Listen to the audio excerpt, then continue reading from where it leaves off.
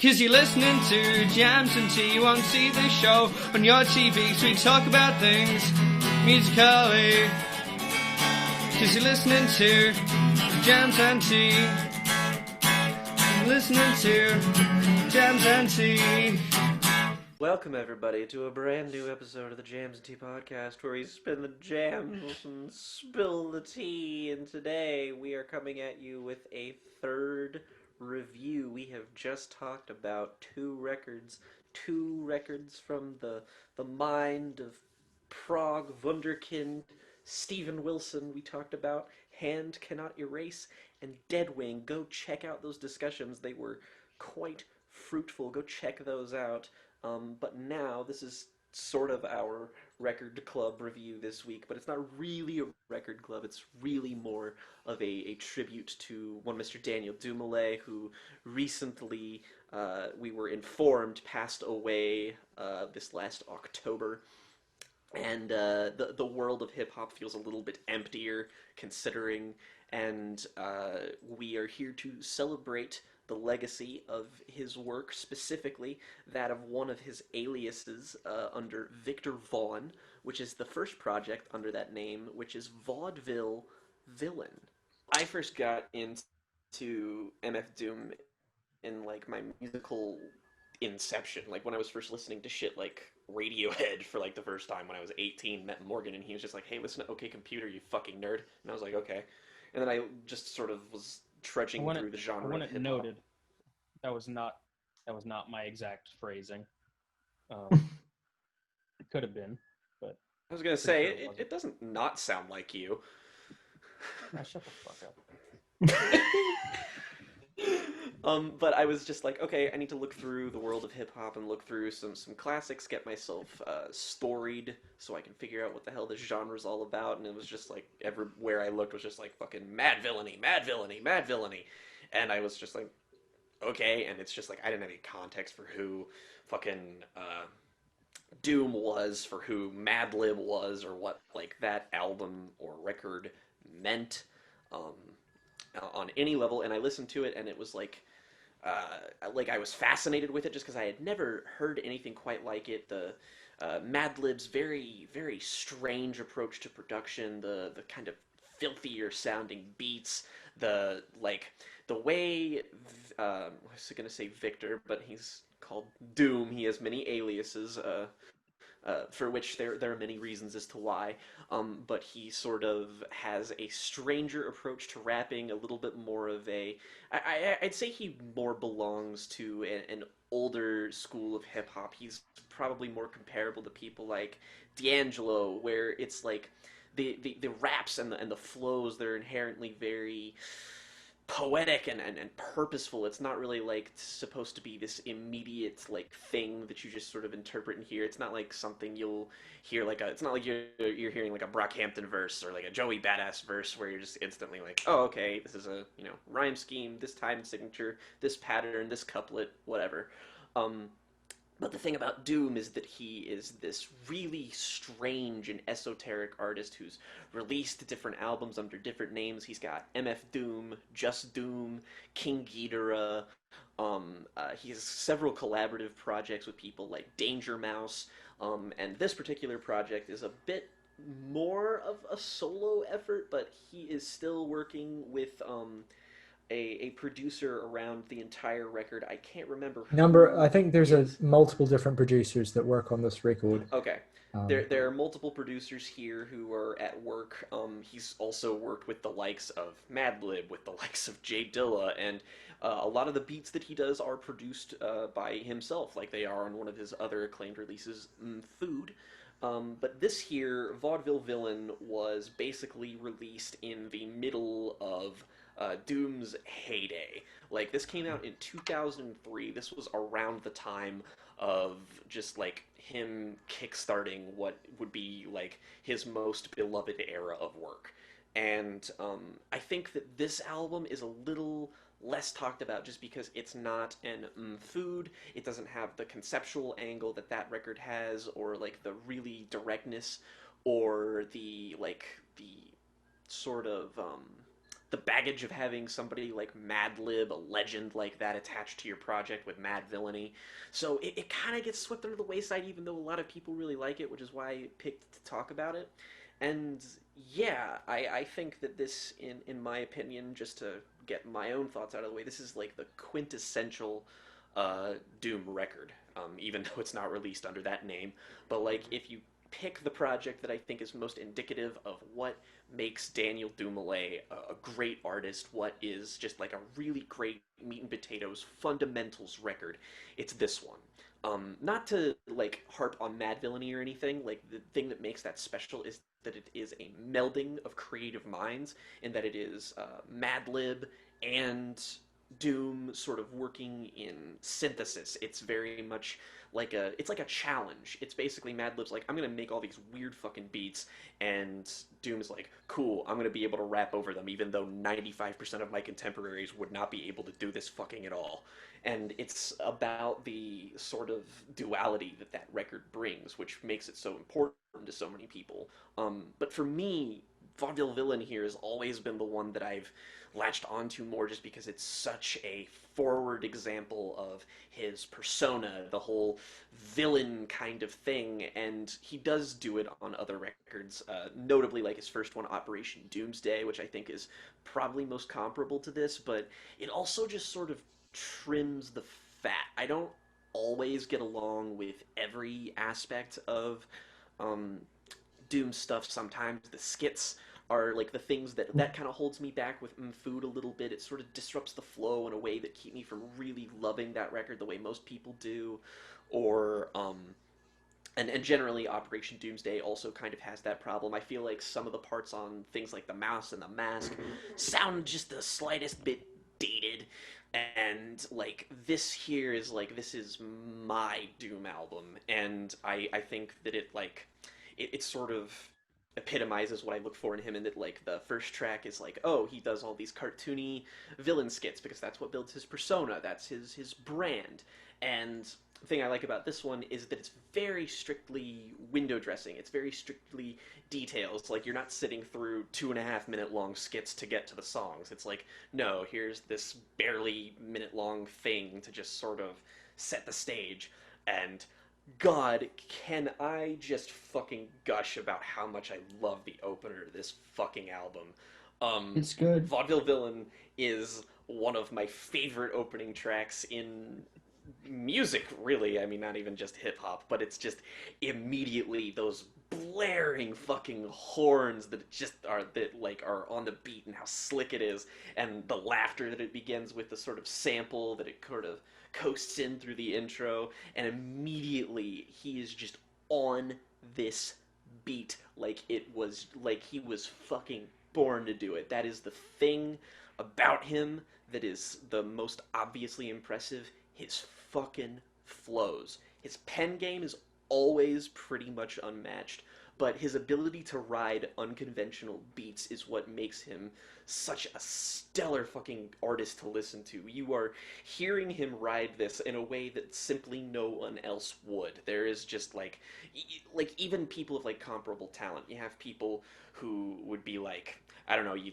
throw a Kendrick or a Ghostface on this, and it would be a fundamentally different track, and you can't really say that for that many people. It takes like just an unfathomable amount of skill, and the bars here are also, the pen game is fantastic. He's dropping references, he's dropping incredibly layered rhyme schemes, which are just all over this thing. Just continuously some of the most impressive shit ever. And it's never like one, like, oh, he rhymes one hard word with another hard word. There's fucking, I'm trying to think of, let me look up here. He just comes out and shit like huckle buck and knuckle fuck, and I'm just kind of like, that's not dissimilar to something you'd hear on like an Eminem album, but that would be like a bar where you're just like, oh, hey, that was funny, whereas this is sort of like a toss-away thing. He's thrown out references to Shakespeare and Dan Aykroyd movies, and then he's just got really insane, clever lines. One that always sticks in my mind is and wonder what he was doing while we was in karate class. Snotty ass. It's like he was a white belt right before the night. Ask him how the light felt, and it's just like it's the hardest shit. And he's got this heavy, husky fucking delivery that's so like iconic and so him that it's just nobody else could have done this. And I adore this fucking song. And that's the most impressive thing about the album is that for 17 tracks, for almost an entire hour, he maintains this incredible level of quality. The very beginning of a song like Lick Upon, I noticed this upon my last listen. If you are familiar with the most recent film by Quentin Tarantino, Once Upon a Time in Hollywood, the sound effect used for the show that Rick Dalton is in, the theme song, the bum, bum, bum, that is the very beginning of Lick Upon, which cute little detail that I really loved. And, there's so much on here too that I think is incredibly interesting and conceptual. You have the two sort of split dual song of the open mic night part 1 and part 2, which is sort of building this aesthetic of him being in this sort of dingy nightclub kind of place where all these villains are gathering, and all of these people. It gives a really interesting organic way to incorporate features and people that he worked with to come around and spit a verse or two that's really clever, compelling, but also there's open mic night part 2, which begins with a fake rap verse that sounds like the whitest dude in the universe, and every single song is the lamest bar ever about how he smokes weed, and then it's just another bar about how he smokes weed, and another and another. It's fucking amazing. Hydroponic. It's so fucking yeah. funny. Well, I love the first one in Open Mic Night 1, which is basically the most white song about racism you've ever heard, where it's just we're all one. You almost expect them to come out with a tie-dye shawl with long hair and just go, look, we all suffer the same pain. Come on. And at the end, we all need each other, and that is how it is. Everyone goes in a circle. Black, and white, people, purple, yellow. And then the other guy just comes on and raps him off the fucking stage. And and that's another thing that sort of keeps you on your toes is that the sort of tone of all of his albums are very fast and loose. He can be sort of really serious and talking about some really deep dark shit, some very personal shit, shit about the death of his brother, or police violence, where he directly talks about shit that's pretty serious, but also in a very snarky, very villainous kind of way. But then he also does a weird sort of jokey thing, the parts of that too. And you always understand that some of the I see a lot of criticism, or at least I did see a lot of criticism. It's just oh, some of Doom's bars are corny and stuff. And I hear this a lot in hip hop, and I kind of get it with a lot of old sort of people who came out of the 90s hip hop scene. I sort of I empathize with this complaint. But however, I feel people do not give the artists in question enough credit with how self-aware they are. Because I feel again, there's some bars on here where you just be oh, that kind of wouldn't fit out of place on an Eminem album. But on an Eminem album, he would say that and be oh, what? Whereas Doom just says that because he probably thought it was funny and just wrote it off the top of his head, and you're already cascading down another incredible flow and rhyme scheme that's actually really well thought out and well put together. And there's also weird conceptual shit, the song on here that's basically a duet that's an interplay between the character that he is, Viktor Vaughn, and sort of going on a date and this relationship and the inevitable fallout because they have a misunderstanding. And the interplay between these two artists is so fucking good. I love the chemistry that they have on that track. It's so just listening to it is just it's a mind-blowing feat that he's just able to come up with these weird, wacky ideas to that's one of my song around. That's one of my favorite aspects of the record, even though the open mic songs are probably the weakest tracks as songs. I love the aspect of the record where it's playing characters, because that's what Doom's all about. It's about Viktor Vaughn as a character. But I love the songs that really dig into a persona or interacting personas. I think that's the reason why Let Me Watch is probably one of the best songs on the record for me as well, is that it really kind of like leans into that. Because people forget that Doom had a great sense of humor, and it was very self-deprecating. And you get like some of the braggadocio stuff, like on Open Mic Night 2, Victor's verse on that is like very kind of braggadocio stuff. But you also get those moments of like where Doom kind of pulls back the curtain a little bit and lets you see kind of how kind of short-sighted and facile this character can be in certain situations. It's like you get such an interesting portrait, while at the same time, like that's just a side effect of the album. It's not even like what the album's about. It's like so dope. He's doing so much with such a basic format and blueprint. Like, he's doing everything really well, and any of his like conceptual ventures and ideas that they never get in the way of just enjoying the raw technical and lyrical ability.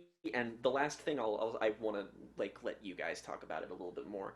But the last thing I will say about this is I love the production on this album. This is my favorite. This is my favorite sounding Doom project, because there are just parts of it that sound so dingy and evil, and also just parts of it that just sound so fucking creative and strange. Songs like Ray Dawn, for example, where the beat is just this like indescribable, hollow, metallic, clattering, shining thing.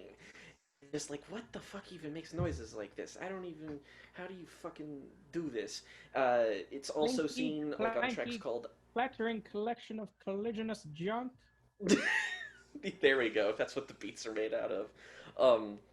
But also there's like really menacing beats like on Lickapon or The Drop, or just the atmosphere on the Open Mic Night songs, or the incredible flows over the production of shit like Modern Day Mugging.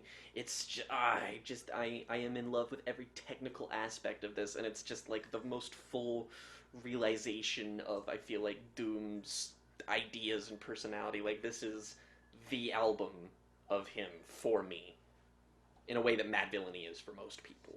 Yeah, I totally get that. I don't love this album quite as much as you. I think definitely when it comes to the Doom I'm going to reach for, it's still going to be Mad Villainy, or probably even Food, which I think is slowly becoming my favorite Doom record. Predictably, I know it's kind of become the cool favorite one to have, but I think that record is just like a microcosm of all of the different ways in which Doom is talented. And I think we're maybe Vaudeville Villain doesn't quite tap into all of those ways as much, because it's, I believe, the first, if not the only Doom project where he has no hand in the production of it. And that's not necessarily a bad thing. The beats here are serviceable. Some of them are quite good. I do think that some of them are noticeably, I don't want to say weak, but perhaps not as memorable or effective as they could be, particularly sort of towards the end of the record. I think there's a stretch of songs that I find to be comparatively slightly more forgettable, from Pop Snot to GMC, but they're still good songs. And also the moments here where the production does stand out are sensational moments. But anyway, I'll dig into my review, I guess. I think that one thing that this album is good at reminding you of, and that's good to appreciate when you look into any Doom project, is he doesn't really construct songs like at all. I mean, you seldom, if ever, get a verse chorus structure, and generally speaking, Doom's music is about the beats and the bars, and occasionally the skits. Like, clearly I don't necessarily vibe with the skit aspect of Doom as much, but I see how it's important to the fabric of his art, and how he kind of weaves and creates these heavily comic book and cult inspired personas and sort of soundscapes.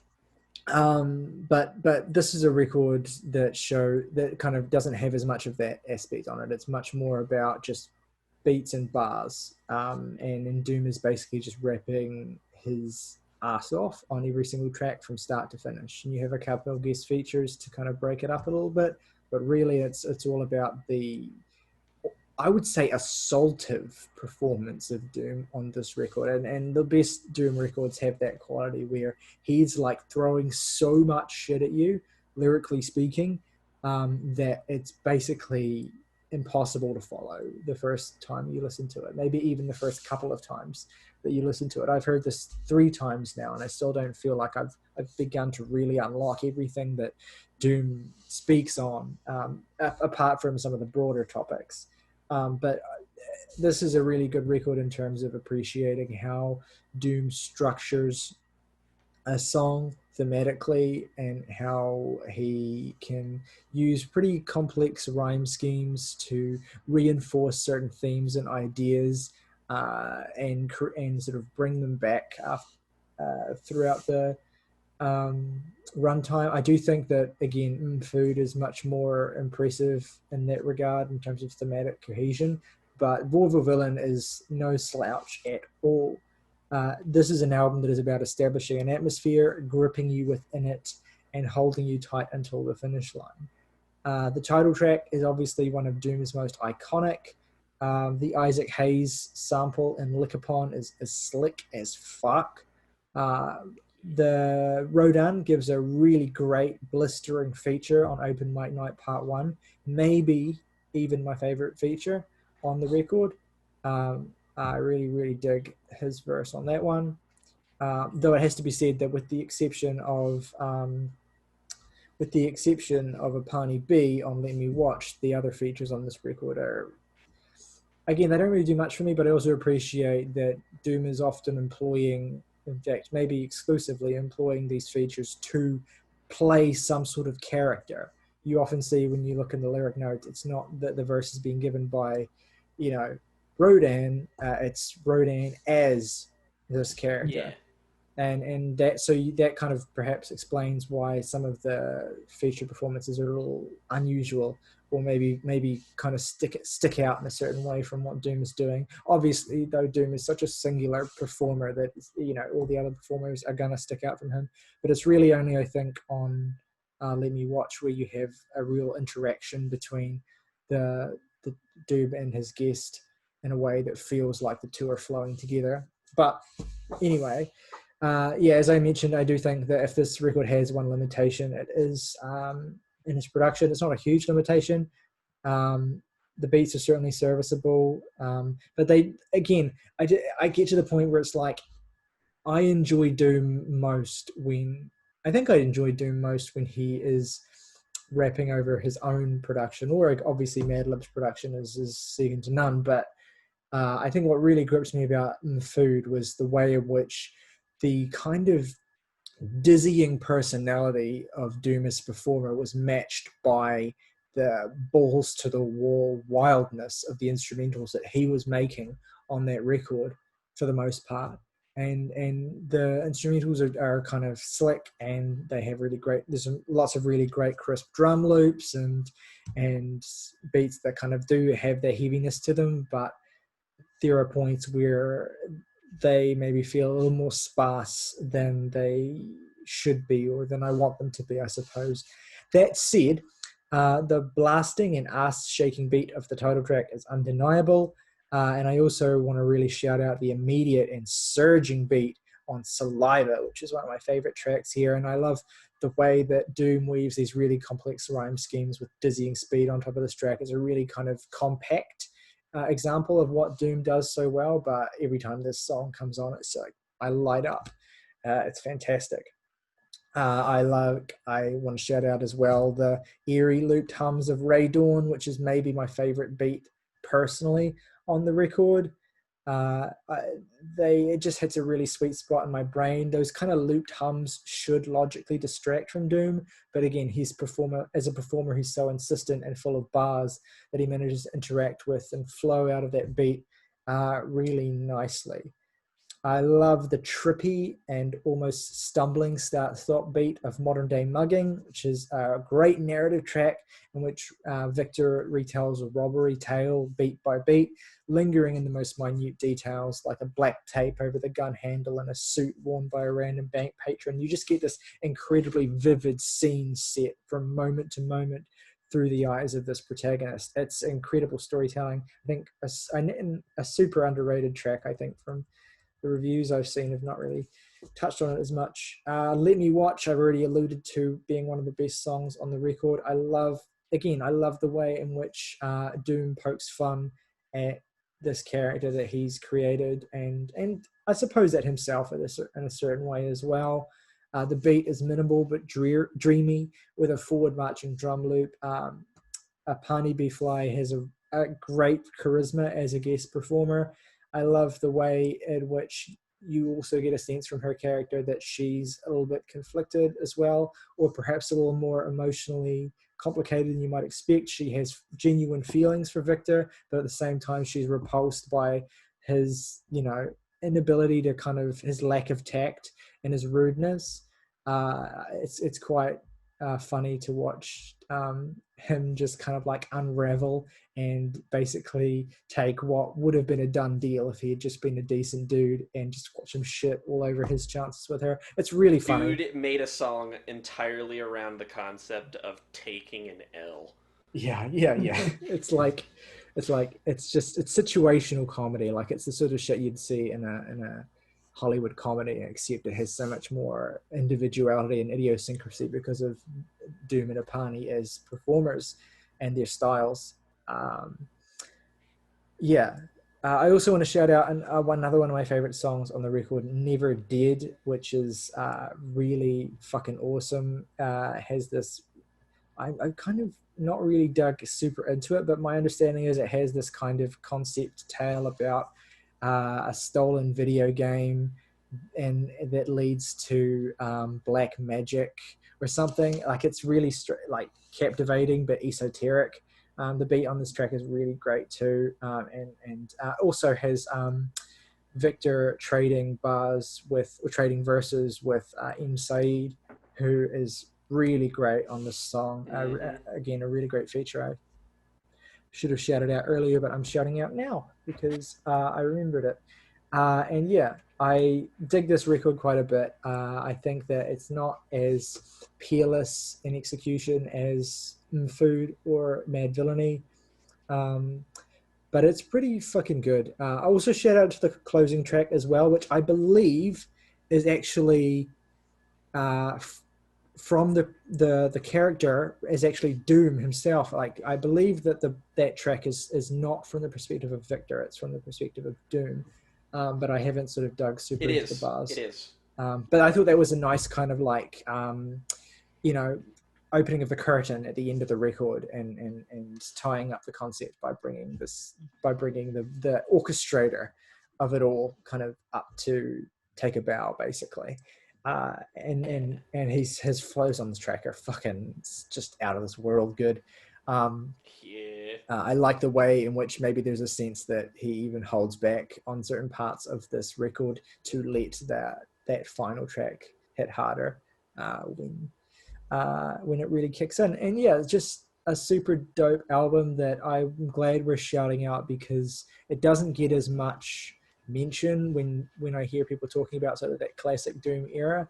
And I think if we're going to do a tribute to Doom, it's cool to shout out something that deserves the love, but perhaps is not getting as much as it deserves. It just dawned on me as we began this segment that Viktor Vaughn is a play on Victor Von Doom. Yeah. Which is Dr. Doom's real name. Mm-hmm. Like the Fantastic Four villain, Dr. Doom. And, it was just like, am I an idiot for not realizing that? I think I might be. Anyway. I feel like he's so shrouded in, like, veils and characters and shit that it's all, like, I wouldn't blame you. Anyway. Unfortunately, MF Doom is one of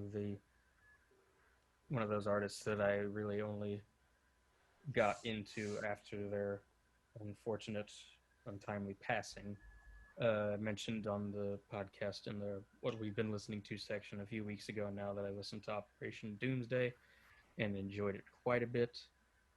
I think this was a good pick for a follow-up listen to that. Um, although I have to say I did not enjoy it nearly as much as Operation Doomsday, which I don't know if that's a hot take or whatever. Not in the Doom canon. That's pretty. Yeah, you're good. I found my biggest problem with the record to be that it came across as a little bit one note. Particularly by the time you get to the back half of the record, so much of it just kind of starts sounding the same. Not literally, but it becomes difficult for me to tell it apart from one track to the next. And that's not really so much a terrible thing if your album is, in the 30 to 40 minute range, but this is almost an hour. And I found my patience for it kind of wearing thin towards the end. But now that that's out of the way, Doom is clearly just an incredible presence behind the mic. It's like saying the dude has bars is to put it gently. Dude has the bars. Where it's not ridiculously showy, but it's also very smart and funny. I really enjoy the sort of Bowie approach that he takes to his projects, whereas he's essentially portraying a different character from album to album, more or less. I think that's really fascinating and a really cool thing that isn't done too often in the hip-hop sphere to the extent of my knowledge. And I really enjoy how well he fleshes out these characters that he comes up with and bases these albums around.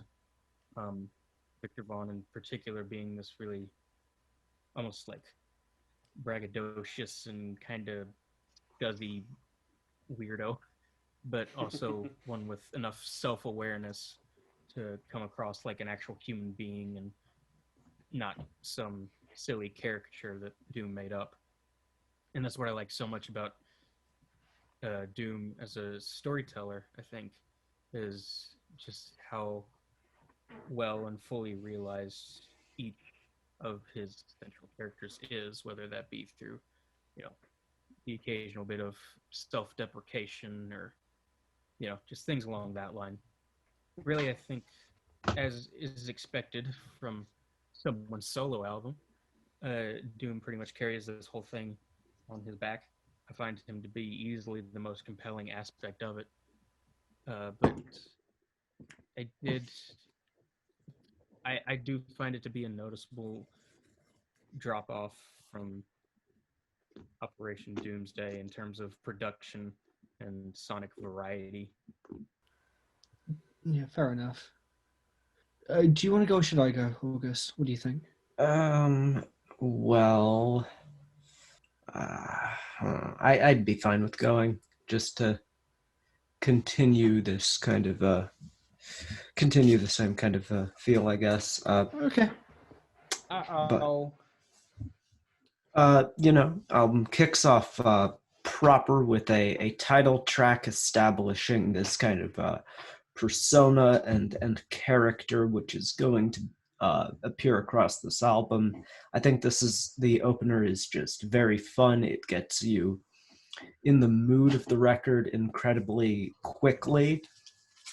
I personally, a bit contrary to everyone else, I do find the production quite satisfying. I like the heaviness, the intensity of it. I think it brings an extra level of depth to this particular character. It really fits for me with how this is a very noticeably more braggadocious character, that he's got these much louder, more intense beats. I thought that was a nice creative choice.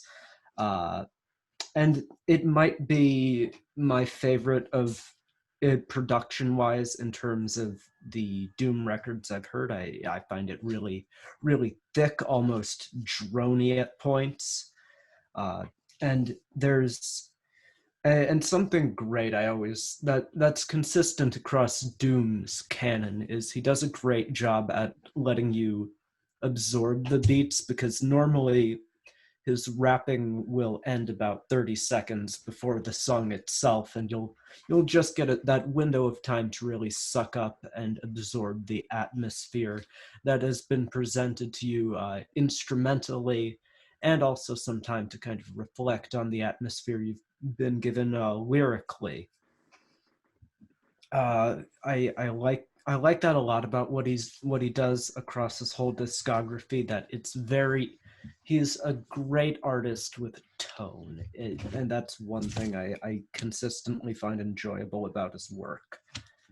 One notable absence, I personally think the MF Doom skits are some of the best things he does, because I find those to be the best way he like really establishes his characters and really gets you into the mood and tone of the record. Like for instance, Bistro on Mad Villainy is a great skit that just kind of it's a funny little track that gets you into the character's mind and you really understand that character. And Yeah, I felt I would agree in the case of Bistro. That's a good shout. I hadn't thought that one. Same. No.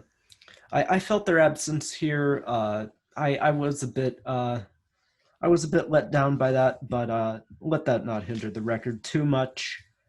Yeah, I mean, and for me, Doom is an artist who I like a lot because of he is an example of an artist who builds for the album. I think he's someone who makes experiences with his albums that are so singular, be it with these characters, or just how I almost find like individual tracks near pointless on his records, because I just find the dense flow of lyricism and beats you're taken across on his long sonic journeys to be so interesting, so intricate.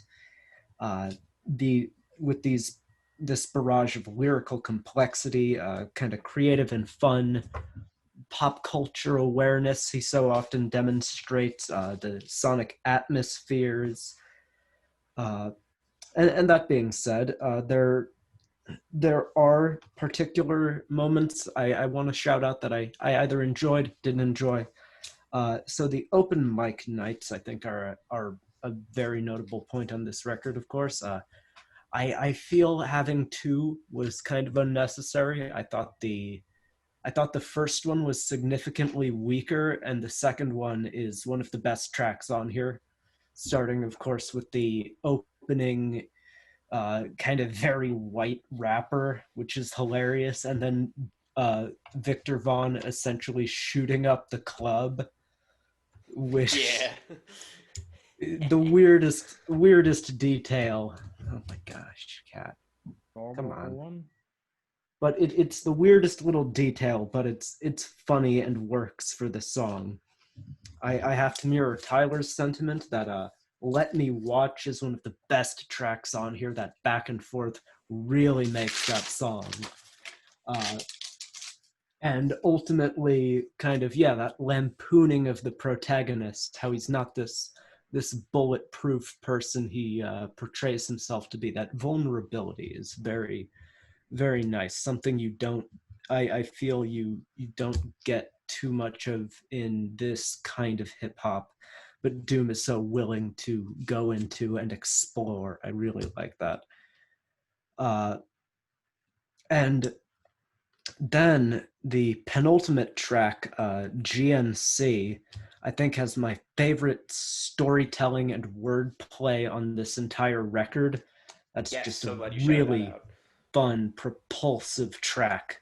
So good. And then you've got the proper closer, the kind of untitled bonus track that has a title.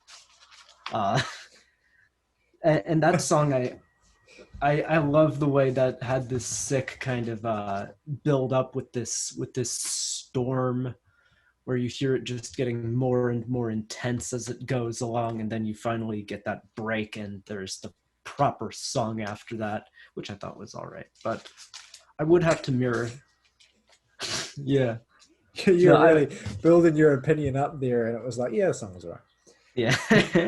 No, but I would have to, on that note, I would have to mirror Morgan's sentiment that I think by the end of the record, it kind of falls apart for me, with it just going on for a little too long, a bit of the songs being a bit too samey. And, you know, and maybe a bit of that is just after a certain point, I can kind of get tired of the just number of goofy bars Doom is so consistently dropping on this album. It just, after a long enough time, I get a bit tired of it. But I think he's such a unique, he was such a unique voice in hip hop that even if you don't find yourself fully connecting with everything he does, it's so easy to appreciate the obvious talent and craft he puts into everything. It's I don't know, it's pretty awesome. Yeah. Ooh. Good shit, Don't- man. All right, so I guess I'll use me. Indeed. Yeah. So I was kind of taken with this record. I enjoyed Mad Villainy, but like not to the stratosphere. But I vibed with this record a bit more, and I think I have identified the reason why. That being that while this is equally like a character piece, this is almost to me like I almost responded to this like a character study, and it took several listens to sort of unpick how I responded to that. In that like MF Doom assumes so many characters, and you have to assume that when you assume a character and you base a record around a character, you kind of want to say something about this character that you're assuming, and I think this record does that very well. In that this is a very common variety of person that crops up in hip hop of this lineage, I suppose. But because this is very much an album by someone who's assuming that persona in several songs, to take an outside perspective looking at the person, it takes a much more critical eye to such a person. This doesn't mean that this record doesn't sympathize with Mr. Viktor Vaughn. It highlights very often how almost like his often venality is a product of the society and the world he lives in, highlighting often how he is sort of like trapped in the world he's in. Viktor Vaughn is someone who sort of aimlessly moves from situation to situation without taking much control of the life he's in, because he is in a world in which he does not have much control. I have been listening on audiobook to a book by Ta-Nehisi Coates called Between the World and Me, which is a poetic autobiography which takes place in a very similar setting.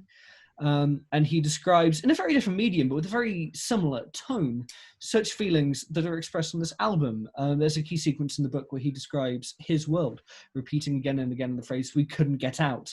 And another where he recites a Nas lyric, quote unquote, "hey yo, it's poison, ecstasy, quote, ecstasy, coke, you say it's love, it's poison, schools where I learned they should be burnt, it is poison." And he quoting Nas in this way, I think, chimes with a lot of what Vaughn / Doom is getting at in the commentary on this record, where you have someone who is essentially without a lot of drive outside of responding to the world he is in because of the world he's been given. Nowhere is this highlighted better than on the song that we have all talked about a lot, Can I Watch? For me, where engaged in a wonderful back and forth with Apani B as a character called Nikki. You have Nikki, who wants a really emotional relationship, Vaughn gives her a very early new sort of sexual experience that makes her more enamored with him as a person. But when she wants a more full relationship, she sort of realizes that he is only in it for the horniness, and bails on him. Fuck. What does he? Hang on. What does he say? He's like, "Girl, let me suck on your titties" or something. No, Yeah. he says, "Let me bite your titties," is what he That's says. oh. In Okay. fact, when she says, Ow. "I'd rather masturbate than fuck with Vince Vaughn," instead of fuck with Vince Vaughn. Uh, I mean, girl, same. yeah, really, it's instead of the plot Relatable. of Gus Van Sant's Psycho. but like it's almost to the point of, in fact, it is definitely to the point of comedic pastiche when he takes this to the point where he thinks the appropriate response is, "Can I watch?" And yeah, this also has amazing production to me, and yeah, it's very consistent production in terms of the tone layers it's exploring across a lot of songs, lots of sort of downbeat, half sort of psychedelic, half guitar and bass, very sort of traditional early sample rap beats, with a very downbeat gangster rap aesthetic. That this record has a lot to say on what that aesthetic implies and the character it's talking about. And it refuses, except when it definitely does, to judge them more than they have to. And it's a very satirical, detached, but also human portrait of a person. And there are very, very fun songs as well, especially the opener and Saliva as well. Saliva being a song that kicks your door down and makes you get up and dance, while also telling a very sort of nihilistic story. This is quite a nihilistic album at points, but it's also incredibly fun. And that's what Vince Vaughn does really well. He brings this humanity, this energy, this fun to the record. You did it again. Vince Vaughn for the second time. Ah, it's good though. It's good. It's funny. It is funny, you're right. Vince Vaughn does bring a humanity to this record. I'm Really going to love kill the myself now. sprawled self-like No, please don't. ability. Oh god, but yeah, I really like this record. Yay. Vaudeville Villain is a record that doesn't stop giving you bangers that challenge as much as they excite. And the good thing about the pacing on this record is that even if you're not really feeling a song, it's not around for long before you move on to the next one. And Yeah. I loved it. It's definitely a big step up from Swingers for Vaughn. Like totally. Anyway, sorry. That was I personally unnecessary. really like him in Wedding Crashers. I enjoy it. I think he's great in Brawl and Cell Block 99. He is great in Cell Block that That 99. is true. I was going to say of his work, I prefer Drag Across Concrete, but you know, Roll and Soap Block 99 is certainly a So, heavy hitter in that. I'm regard. really glad we did this tribute to Vince Vaughn. May he rest in peace. Well, hey, all right. Let's do our favorite tracks and ratings. One thing to Yeah. quickly note I want to bring up sure. is that there is a sequel to this record, which is Oh, regarded yeah. as one of Doom's worst. I wasn't gonna bring it up, but thank you for souring this already disappointing review Yeah. with that. It's not a secret that it's mid. No, but I feel like the believe it's main called, point is check this one out. It's good. And also, it's a good reminder, us not being universally in love with this record is a good reminder that Doom was, in fact, human. Yep. He brought a certain humanity to it. But let's actually end this review as we meant to come to it and say that the loss of Doom is loss of someone who brought a lot of creativity to this record and many others. And he had a lot of skill, and he was so idiosyncratic and enigmatic, and he's a great loss to the industry. And you owe it to yourselves to look at all of his projects, because the fact that we are not all universally in love with all the same Doom projects just lets you know that you're probably going to have to find your own journey and find your own record that you like of his. So go find it. No, dig in those crates. There's probably one for you in his discography of like 500 albums he released in 2003. Yep.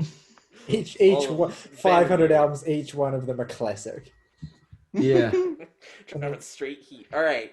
All My right. 3 favorite tracks are Vaudeville Villain, Let Me Watch, and I'm gonna co-sign Tyler's take and say Saliva fucking owns. Though I will say it did kind of break my heart to leave out Lick Upon and Pop Snot because I love those. Right. But least favorite track, if I had to pick one, is probably Mr. Clean. Just sort of a track that doesn't really add much to me, and it just sort of appears late in the track list. And you know, I don't necessarily think this album is perfect, as my rating is about to imply, but I think it would be improved if it had one song knocked off of it. And yeah, I'm giving the album a 9 out of 10. Neat. All right. 3 favorite tracks. Vaudeville Villain, Open Mic Night Part 2, and GMC. Least favorite is Open Mic Night Part 1, and I would give this a 6.5. Nice. Morgana. My 3 favorite tracks. Marriage. I didn't mean to launch into that voice, but here we are. My 3 favorites are Ray Dawn, the title track, and